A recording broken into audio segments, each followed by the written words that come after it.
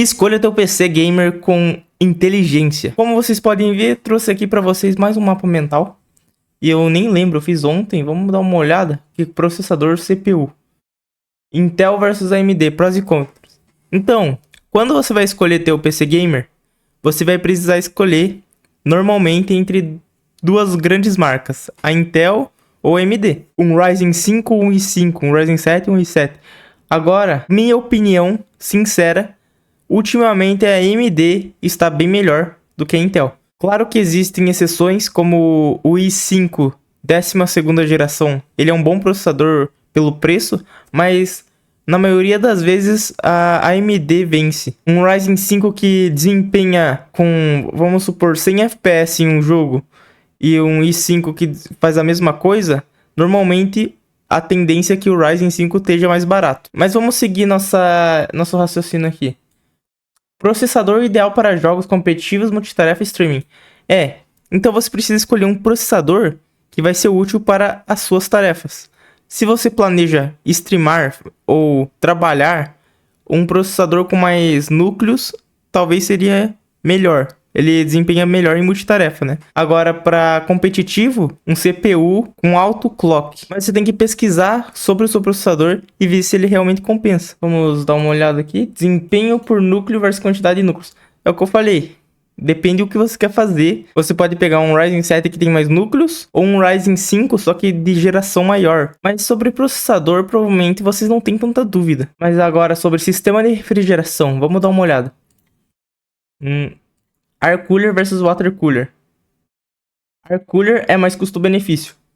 Você pode pesquisar, você pode ver gráficos que mostram que o Air Cooler e o Water Cooler, a diferença entre os dois é mínima. E se você pesquisar um Air Cooler no mesmo preço do Water Cooler mais barato que você achar, você vai ver que o Air Cooler se desempenha melhor na questão de preço. Pelo preço ele se desempenha melhor. Normalmente os air coolers são bem mais baratos, mas se você prefere uma boa estética, igual eu peguei um water cooler por causa disso. Mesmo sabendo que o air cooler pode fazer o que o meu water cooler faz, ele não tem essa estética bonitaça. Quer ver? Eu vou mostrar aqui o meu PC para quem nunca viu. Eu não sei se está saindo muito bem.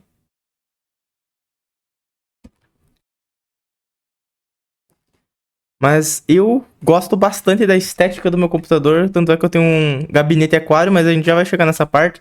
Eu tenho um water cooler, mano. É bem bonito, cara. É espelhado na frente e tem uns LEDs que refletem. Agora vamos seguir aqui a lista. Water cooler pela estética, menos durável. Ó, é isso que eu tô falando. Water cooler, em questão técnica, ele é igual, se não pior, do que um air cooler. Por causa que ele é mais fácil dar problema na bomba. Tem muita mais coisa para dar problema. Agora o air cooler é mais difícil de dar problema. E se der problema é mais barato de trocar. Vamos seguir. Quantidade de ventoinhas no gabinete. Pouca mudança. Como a gente tá falando aqui do sistema de refrigeração, eu também coloquei aqui as ventoinhas do gabinete. Você pode pesquisar. As ventoinhas do gabinete, elas não têm tanta influência no processador, assim, na temperatura do processador em si. Mas o que mais determina é o air cooler e o water cooler, né? Então, se você for deixar para investir nas ventoinhas, eu quero deixar tudo equilibrado. Eu vou gastar nas ventoinhas o mesmo valor ali do air cooler do processador. Eu não recomendo fazer isso. Para as minhas ventoinhas, eu peguei a mais barata que tinha, só pela estética, só pelo LED RGB. Por causa que elas melhoram o fluxo de ar só do teu gabinete. Elas têm até um parâmetro, que agora eu não lembro a sigla, para a quantidade de ar que ela puxa para dentro ou para fora do gabinete. Quando você entende que o processador não pode esquentar, o resto provavelmente não vai esquentar tanto. Agora, o que eu já vi acontecer? O SSD NVMe das pessoas dá pau por causa que chegou em altas temperaturas. Isso pode ocorrer. Em vez de gastar com ventoinha, é melhor comprar um dissipador separado que vai ser mais barato e vai fazer mais efeito. Agora, a ventoinha, pra mim, é mais pela estética. Vamos seguir. Foque no cooler do processador, como eu disse. Agora, a memória RAM. Vamos dar uma olhada. Quantidade mínima hoje, 16 GB para novos PCs. Mano, eu comecei com 16 mesmo. Meu PC já não tava aguentando aquelas coisas. Quando eu abria um jogo pesado, ele já usava 10 GB de RAM. Agora eu deixava um vídeo rodando no fundo, ficava mais 1 GB, mais 2 GB. Com o Discord ainda, mano, já tava no limite. Mas eu vou falar, 16 GB vai servir pra maioria das pessoas sim. Não tem essa de 16 GB já tá saturado, não. 8 GB tá difícil. Dá pra rodar os jogos? Dá, mas eu não sei se daqui a um tempo vai ficar injogável a maioria dos jogos por causa do 8 GB. Vamos dar uma olhada aqui. Frequência e latência, importância real. A frequência da memória RAM, você tem que pesquisar por causa que isso determina o tempo de resposta das suas memórias RAM. Aí você vai lá ver. A frequência da sua memória RAM é 3600 MHz, ok? E daí, a latência dela é 16. Como que eles falam? CAS 16? Alguma coisa... Tem 18, 16, 24. A minha aqui, no caso, é 16. Você tem que... É CAS 16, se eu não me engano. Agora eu não lembro a sigla, mas... Isso determina a latência da memória RAM. Pode ser que uma memória RAM com menos frequência, mas com essa latência, essa sigla de latência um pouco mais baixo, dá na mesma do que uma memória RAM com mais frequência e mais latência. Cara, se baseia pela frequência e vai dar tudo certo. Você não vai perceber tanta diferença se você não quiser focar muito nessa área. Vamos lá, Dual Channel versus Single Channel. Mano, se você tiver 2 pentes de memória RAM, prefira pelo Dual Channel, que é usar os 2 módulos ao mesmo tempo, juntos.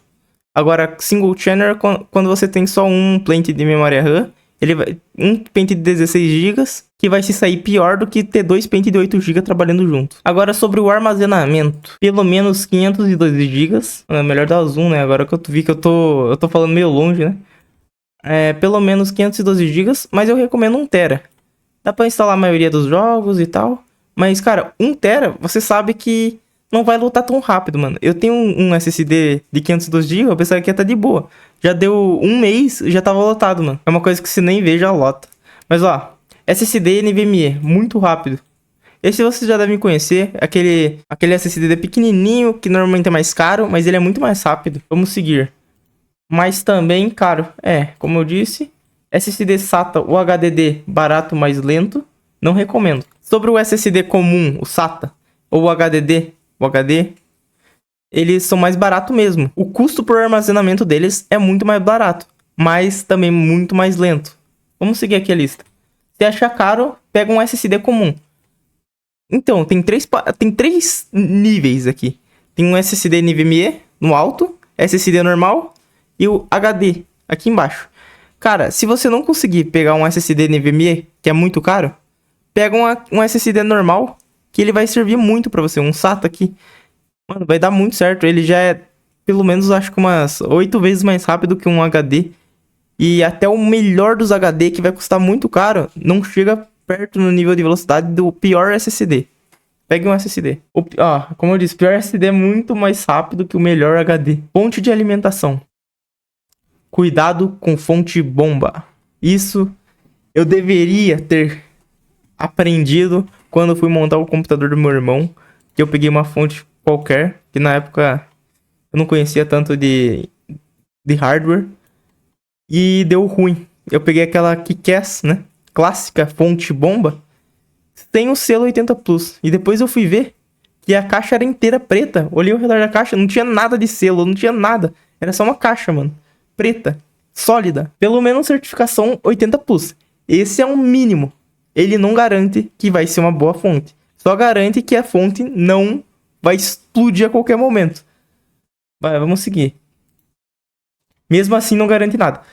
Mano, tem fontes 80 Plus que não são boas, que elas dão problema.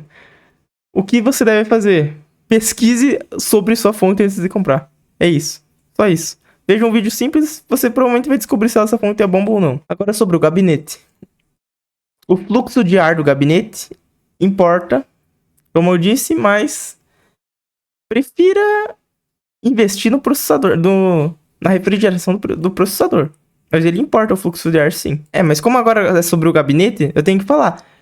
Quando você vai escolher um gabinete, encontre um gabinete bonito, que você goste, mas que ele seja respirável pro teu PC, que tenha um bom fluxo de ar. Vamos seguir. Ventoinhas incluídas ou extras. Agora você pode... Quando você vai no anúncio do gabinete, você tem que prestar bastante atenção, porque na foto é ele bonitinho, cheio de RGB, mas quando você compra, ele não vem as ventoinhas. Por quê? Leia a descrição do anúncio e você vai descobrir se ela vem a ventoinha ou não, porque tem muita gente que compra sem saber que as ventoinhas não são inclusas em alguns modelos. Suas peças cabem, né? Lá ele... Mas calma, vamos falar. São as RTX 5090, 5080, aquelas peças grandes. Tem gabinete que essas placas de vídeo não cabem, então fique atento no tamanho da tua placa de vídeo antes de comprar e do teu gabinete, cara. Vamos seguir. Design e iluminação opcional.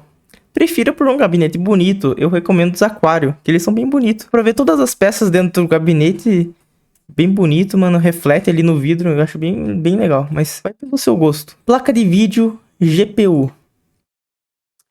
É o que mais pesa em jogos, e vocês devem saber disso.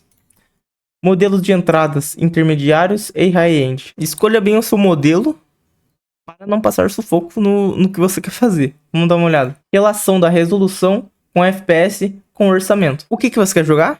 Em qual qualidade que você quer jogar? Em que resolução que você quer jogar? E a quantos FPS você quer jogar? Isso são perguntas que você deve se fazer para descobrir qual placa de vídeo você busca. Por causa que eu quero jogar God of War a 70 FPS em Full HD. Pelo menos uma RX 6600. Mas analise e pesquise vídeos de benchmarks sobre o jogo que você quer, a resolução, e procure o melhor preço. Às vezes tem placas que entregam a mesma coisa que outras por menos preço. Então fique atento enquanto é isso. Agora a placa-mãe. Você tem que prestar muita atenção com isso. Chipset compatível com CPU. Parece brincadeira, mas tem gente que compra a placa-mãe e quando você vê, o processador não encaixa. Comprei a placa-mãe que não encaixa no meu processador. Ixi, fique atento enquanto é isso. Preço importa e muito. Mano, tem gente que não fala sobre isso, mas tem placas-mães que dá o preço, que são mais caras do que o processador. E daí você tem que fazer uma relação entre vale a pena comprar esse processador com essa placa, ou vale a pena pegar uma placa mais barata e um processador mais caro. Cara, você tem que analisar o desempenho e o custo total. Faz o seguinte, vê quanto custa a sua placa-mãe. Nossa, bati aqui. Vê quanto custa a sua placa-mãe, seu processador e vê o preço que deu. Depois compara com outra placa-mãe mais barata e um processador mais caro. E vê qual dos dois tem mais desempenho pelo preço. E vamos seguir. Em alguns casos é melhor placa-mãe mais cara, pegar outro processador. Como eu disse, você tem que fazer esse comparativo por você. É individual os casos, então eu não vou saber como que é. Ó, análise detalhada. Faça aí o que eu falei, ou se quiser, faça mais detalhado ainda e descubra se vale a pena ou não. Eu acho que era recursos, cara. Recursos extras. Wi-Fi, Bluetooth, PCI 5.0, 4.0. Porque isso também conta. Às vezes você vai pegar uma placa mais barata, mas ela não tem Wi-Fi, não tem Bluetooth, não tem o PCI 4.0 que você iria usar na sua placa de vídeo. Analise isso. Orçamento e equilíbrio. Aqui já estamos finalizando. Evite gargalo. CPU com GPU. Então, você tem que, na verdade... Claro, se você pega uma CPU muito forte com uma GPU mais fraca, ela vai dar gargalo, mas isso é relativo à tarefa. Por exemplo, se eu vou jogar um jogo competitivo, o jogo competitivo ele tende a usar mais o processador do que a placa de vídeo. Então, se eu tiver um processador mais forte e uma placa de vídeo mais fraca, às vezes se encaixa muito bem com aquela tarefa. Mas quando eu vou jogar um jogo pesado, vou renderizar algo em 3D, exige muito mais a placa de vídeo. Se eu tiver um processador fraco, daí vai dar um gargalo e eu não vou estar usando 100% do desempenho da minha placa de vídeo, que é o ideal, que é o essencial para o processo, para a tarefa. Mas vamos seguir aqui. E também planeje upgrades futuros aqui, no orçamento e equilíbrio. Você pretende usar essas peças com outra nova? Ou você pretende vou comprar um PC agora e usar para até explodir e depois eu vendo e compro outro? Às vezes seria interessante você comprar uma placa-mãe que suporta outra geração de processadores mais à frente e no futuro você substitui por uma nova versão. Vamos seguir. Definir prioridade. FPS competitivo ou qualidade gráfica. Isso eu já falei, mas vou falar aqui de novo. Se você joga competitivo, gaste mais no processador. Se você usa mais seu PC para tarefas que renderizam em 3D, vai pela placa de vídeo. Cara, então esse foi o vídeo, cara. Espero que você tenha gostado. Se você estiver vendo esse vídeo, muito obrigado, cara. Não teve tantas pessoas que viram os últimos, mas tamo junto aí. Valeu!